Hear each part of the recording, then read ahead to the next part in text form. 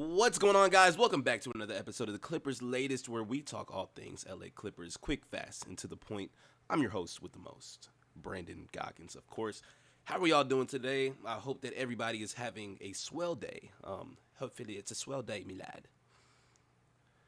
I'll never do that again. We can just scrap that out, pretend like I never said that. But I hope that you're doing good.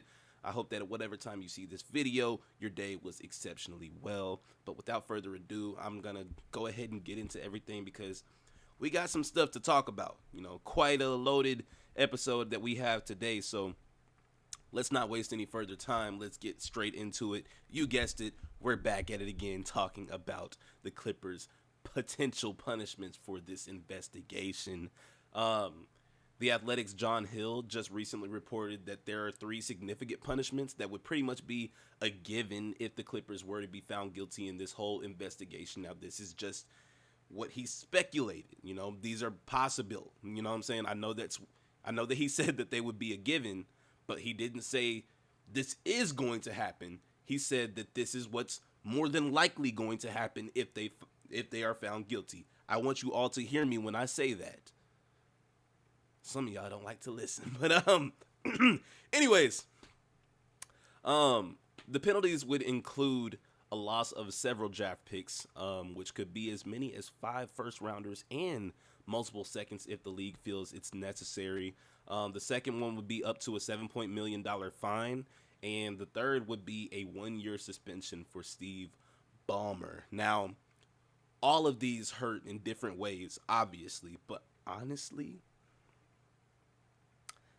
none of these directly impact the current roster or this championship window right now.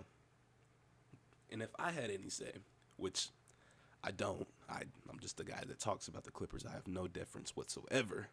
But if I had to choose, give me the $7.5 million all day. You know what I'm saying? Give me that fine. Well, not me. Steve Ballmer. Steve Ballmer is literally a multi-billionaire. He'll be good, bro. We're good, bro. You ain't got to worry about Ballmer. But the one that I hope doesn't happen is Ballmer getting hit with a year-long suspension. Look, I've said it before. I'll say it again. This man cares so much. He's so deeply passionate about this team, and his energy is something that this team needs. They need to be surrounded by his presence. Like I said, we're in a win-now window. Some of these players that are on the current roster may or may not be playing basketball next year. We don't know what's going to be going on in the future for them. So with that said, I need Steve to be around as much as possible because we need all the positive vibes and encouragement we can get. He's one of the owners that really cares about his team's success and actually making it an enjoyable experience for the fans, for the players, for the staff, everybody involved. And I really need him to be around. But don't get it twisted. Losing draft picks would be an extremely inconvenient circumstance as well. I would really hate that. Like I said, we're a win-now team, but we don't really have the youth like we kind of talked about a few days ago. And stripping picks for half a decade, that would devastate our future more than it's already devastated. Now, if we were to go and win a ring after this, say that this is not what I'm saying is going to happen. Listen to me again. If we were to be found guilty and the punishment that we received would be a loss of draft picks, but nothing else. If we were to go win a ring this year, it wouldn't be too bad. You can swallow that, bro. Come on. You know what I'm saying? Most teams don't even get close. Most people would dream of getting a ring. You know what I'm saying? So if we were able to sacrifice that and then end up with a championship ring on our fingers and lifting up the Larry O'Brien at the end of the year, I'd say that might have been worth it. But if we don't, we're screwed. We are in trouble. Seriously. No, seriously. We have no future. It's literally win now, bro.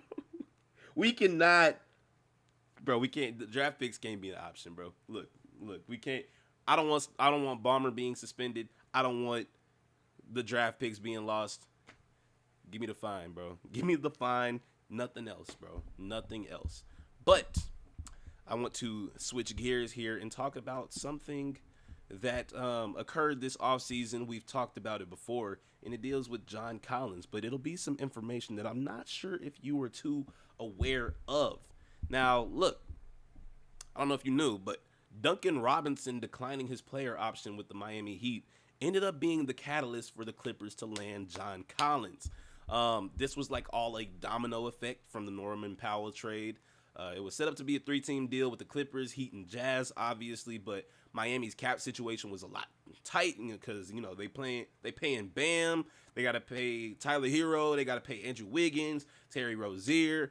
So a lot of that was adding up, and they got a lot of money to pay them guys. So at the time, they didn't have room for Norman Powell's contract, and that would have left Norman in LA, which wouldn't have been like the worst thing, but it would have left John Collins in Utah, and then the other guys would have stayed where they were at as well. But with Robinson declining his player option, he heads to the Pistons on a sign and trade, and then boom, the trade opens up. You know what I'm saying? Powell to Miami, Kyle Anderson and Kevin Love to the Jazz, and of course, John Collins to the Clippers. I want to give a big shout out to Duncan Robinson for making that move, because John Collins is one of the most ideal forwards in the league to pair with James Harden and Chris Paul. It can't get any better than that. So shout out to my boy Duncan Robinson. And listen, I'm still not giving up any hope on Kevin Love. Look, if he reaches a buyout with the Jazz, I think that he would be a perfect veteran minimum fit in LA. We know you don't want to stay in Utah, Kevin. I know that there are rumors swirling around what you're going to be doing. We know you're not staying in Utah. Come join the winning team. You know what I'm saying? We are ready to unction. Might as well, you feel me? So hopefully he will want to join this squad and join somebody that I think is going to have a breakout year. We've talked about him before multiple times, and I'm talking about him again. Of course, I'm talking about Big Zoo. Like, look, like I said, I know that I've talked about Ivica Zubac being in the running for most improved in a previous episode, but what if I told you that wasn't the only hardware that he could be competing for this year? I'm talking about Big Zoo as a dark horse for the defensive player of the year. I'm just saying it could happen. Now look. Let's take a look at his numbers from last season. Like Zubac, he finished second in the entire league in defensive win shares with 4.7, behind only Anthony Davis, of course. And that's kind of skewed because he got hurt, so he didn't even play all those games, but I'm going to leave it alone. But he posted a strong defensive rating of 107.8, and he was one of the most reliable rim protectors, with opponents shooting worse at the rim when he was on the floor compared to when he was off. He also played 80 games total and logged over 32 minutes a night, so that's showing durability, consistency, and those are some traits that voters really love and embrace. So you got that. Defensive rebounding, elite. My boy almost averaged 13 a game. How much more can you ask for, bro? You know what I'm saying? Glass cleaner. 2K17, I made a glass cleaner. I knew my role. Set picks, roll, get easy buckets, but most importantly, grab rebounds and protect the glass. And that is exactly what Big Zoo be doing. So shout out to him and my 2K17, my player. I think that they would be, very similar, and I think they would get along as well. But now listen, I know that Zoo isn't leading the league in blocks or, anything like that. Just averages over 1 per game. But it's more about the blocks. It's more than the blocks. It's more about altering shots, contesting without fouling, and of course being the anchor of the defense. If he can bump his block rate up just a smidge and the Clippers can improve their overall defense, his case gets even stronger. And I expect this team's defense to be elite. I'm talking about out the roof. We got guys that can play on both sides of the ball, and I feel like this defense can turn heads. So hopefully it draws a lot of attention, and being put under that scope will increase Zoo's defensive visibility. I really hope that it works out in his favor, because narrative-wise, he's been one of the most underrated bigs in the league for years now, And if the Clippers are a top seed and their defense is elite, Zoo's consistent presence and impact at the rim will force voters to take notice. I'm just saying. So yeah, I'm all in on Zoo being DPOY and MIP. You know what I'm saying? Why not win both? Why not him? Why not Zoo? You know what I'm saying? Big Zoo, he deserves the love. I think that he deserves it. But we gonna see. I'm hyping him up for sure, but I think that he can make a great defensive impact being an anchor for a team that's already going to be elite on defense. He has Brook Lopez backing him up, who is also a tremendous defender, and with him being a lot older, he could probably teach him some things. So having that veteran presence in the locker room, again, coming in the clutch, I really think that that would work to his benefit. And K-Love, you can just show him just as much. K-Love used to be an insane rebounder and defensive player. Don't, you know what I'm saying? Don't quote me if I'm wrong. Wait, is that the right saying? You get what I'm saying. If I'm misspeaking, forgive me. But I'm pretty sure that Kevin Love is the last player to have 30 rebounds in a game. Now, it's been a while since that happened, but I really think that he was the last person to do it. If y'all, you know what I'm saying, do some research and realize that I'm wrong, please correct me. Please enlighten me in the comments, but I want to say that's true. So, K-Love, come on through. Yes, I rhymed on purpose. I'm a poet. Write it down. Anyways, moving on to our last topic of the day. We are talking about my boy, Ben Simmons. Oh, man. My boy, Ben Simmons, says that he is not retiring, even with all the buzz about the Knicks offering his free agency limbo, that whole debacle. But remember, he declined an offer from the Knicks, didn't show interest in the Suns or the Celtics, and he got dropped by his agent. So obviously that was going to have a lot of people thinking that it was over. You know what I'm saying? But on Instagram, when a fan asked him point blank, the period wasn't really necessary. But when a fan point blank just asked him if he was retired, Simmons responded with a simple no. 2 letters that shut down the retirement talks and rumors. I've personally never seen Ben Simmons respond to a comment. I've followed Ben Simmons since he was on the Sixers.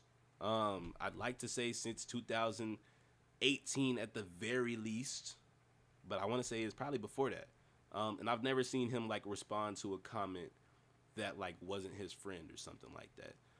So that leads me to believe that he is serious about that. But the question that we're all wondering is what's next for Ben? Because as of now, he's still a free agent. He could possibly be waiting for the right NBA team to call. I don't know if he's like, you know, being picky. I don't really know what the deal is with that. But he also could potentially be looking for a fresh start overseas. And honestly, I wouldn't hate that for him. I think it's pretty obvious that European fandom is probably better than American fandom. That might be a hot take. I don't know. But you see how they be cheering on for soccer games. You be seeing them at the FIBA World Cup. All of these sporting events. You see how passionate they are. And I honestly feel like they embrace NBA players who cross over from the NBA to whatever league it may be in Eurobasket. And I feel like Simmons could rebuild his confidence with less pressure over there. In my opinion, he'd automatically be a top player in almost any Euro league that he would join. And at the end of the day, Ben Simmons just needs somebody to believe in him again, whether that's here in the States, abroad, overseas. It'll be interesting to see where he lands. But at the end of the day, I just want what's best for him and what he feels is best for him. You know what I'm saying? Screw the haters. Forget everybody that's, you know, talking down on him. Do what's best for you, my guy. I just want the best for you. But don't retire. I don't want you to retire yet. But that is going to do it for this episode. I hope that you guys enjoyed. As always, leave your thoughts in the comments below. Do you think that Ben Simmons should go overseas? Do you think that would be a good play for him? What do you think about Zoo's Defensive Player of the Year campaign? Am I overreacting, or is that a real possibility? Send your thank yous to Duncan Robinson for helping us get John Collins. I know that John Collins isn't going to disappoint us. I know that some people may be thinking that might be contrary to popular belief, but we don't need John Collins to do a whole lot. You know what I'm saying? We need him to do what he needs to do, what we got him here to do. You know what I'm saying? So I don't expect him to be this scoring juggernaut. I don't even necessarily expect him to score as much as he did in Utah last season. I mean, it would be incredibly helpful, but you know what I'm saying? We have scorers on the team. We need a forward that's able to stretch the floor, get downhill, be a lob threat, another rim protector. You know what I'm saying? We just need him to be doing all that. You know what I'm saying? Creating space for the guards on the floor and just be ready for that lob. You know what I'm saying? When he's in that dunker spot and he comes or he sees Chris Paul or James Harden dribbling down the lane, he needs to be ready to go up there and get it. And then, of course, let me know what you guys think about the potential punishments that the Athletic revealed today. Do you agree with them? Do you think that's strict enough? Do you think that it's too lenient? Which of the three do you think would be the most significant? And just give us the fine. Just give us the fine, please. Just give us the fine. But like I said, that's going to do it for this episode. As always, leave a like. Consider subscribing if you are new. I would greatly appreciate it. But I'm going to head out of here. Y'all be easy. Stay sleazy. And as always, keep it capital P. I'm going to catch y'all in the next one. Peace.